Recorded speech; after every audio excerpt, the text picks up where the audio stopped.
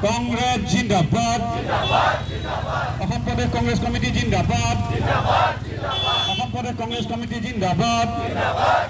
Charaidau Jilla Congress Charaidau Jilla Congress Committee Jindabad. Charaidau Jilla OBC Department Jindabad. Charaidau Jilla Congress OBC Department Jindabad. Ahom bongshor itihas বিকৃত কাণ্ড নকৰক। No rest, no justice. No rest, no justice. জিলা কংগ্ৰেছ কমিটিয়ে আৰু চৰাইদেউ জিলা OBC ডিপাৰ্টমেণ্টৰ OBC বিভাগৰ মানে সহযোগত আমি চৰাইদেউ জিলা কংগ্ৰেছে আজি প্ৰতিবাদী এই ধৰ্মঘট অৱস্থান ধৰ্মঘট কাৰ্যসূচী আমি পালন কৰিছোঁ। আপোনালোকে নিশ্চয় জানে যে NCERTৰ দ্বাৰা প্ৰস্তুত কৰা যে ক্লাছ 8ৰ ইতিহাস বিভাগৰ পাঠ্যপুথিত যে অসম বুৰঞ্জীৰ কথা আহোমসকলৰ ডাইনেষ্টিৰ কথা বিকৃত ৰূপত প্ৰকাশ কৰা হৈছে।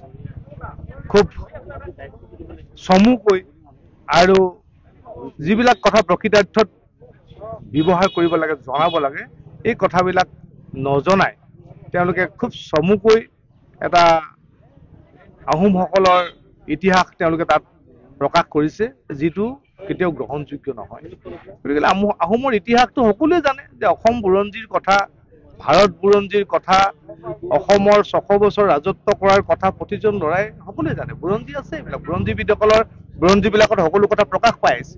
কিন্তু ছাত্ৰ ছাত্ৰীসকলে পঢ়িবৰ কাৰণে দিয়া কিতাপখনত যদি ভুল তথ্যৰে প্ৰকাশ কৰা হয় তেতিয়াহ'লে অসমৰ ছাত্ৰ ছাত্ৰীয়ে ভুলকৈ শিক্ষা ল'ব। যে শিক্ষকসকলে দিয়া কথাবিলাকে ছাত্ৰ ছাত্ৰীয়ে বেছিকৈ বুজি পায়। আমাৰ ভাষা যিবিলাক আমাৰ বুৰঞ্জীবিদ আছে তেওঁলোকৰ বিভিন্ন ধৰণৰ ৰিচাৰ্চ কৰা বুৰঞ্জী আছে এইবিলাক পিছত পঢ়িব। কিন্তু আৰম্ভণিতে ক্লাছত শিকোতে যদি অসম বুৰঞ্জীৰ কথা আহোমৰ ইতিহাসৰ কথা যদি ভুলকৈ শিকা হয় তেতিয়াহ'লে আমাৰ অসমীয়া নতুন প্ৰজন্মই অসমৰ প্ৰকৃত সত্যৰ ইতিহাসৰ কথা বুজি নাপাব।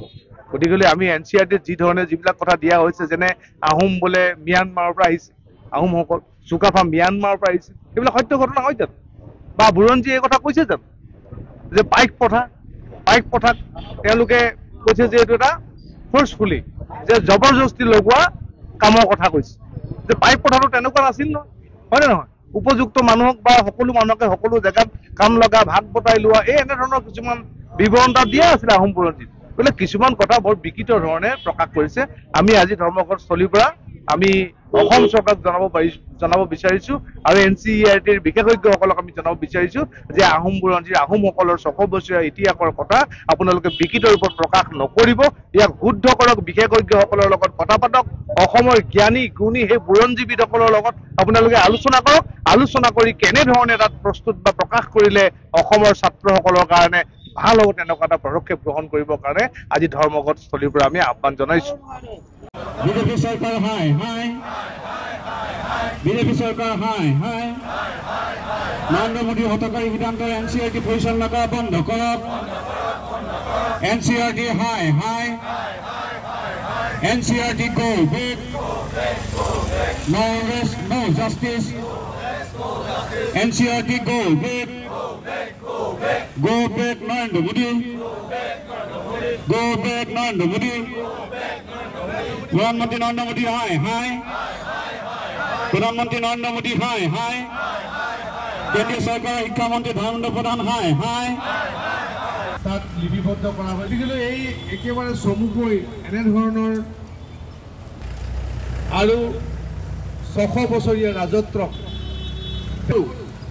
যে এই বুৰঞ্জী বা এটা বংশৰ এটা দীঘলীয়া ৰাজত্ব কৰা বংশৰ ইতিহাস কোনোবা কিতাপ পত্ৰত লিপিবদ্ধ কৰি ভৱিষ্যতৰ প্ৰজন্মক যদি শিক্ষা দিবলৈ যোৱা হয় তেতিয়াহ'লে পণ্ডিত বুৰঞ্জীবিদসকলৰ লগত আলোচনা কৰিহে এনেধৰণৰ পাঠ্যপুথি প্ৰস্তুত বা প্ৰকাশ কৰিব লাগে।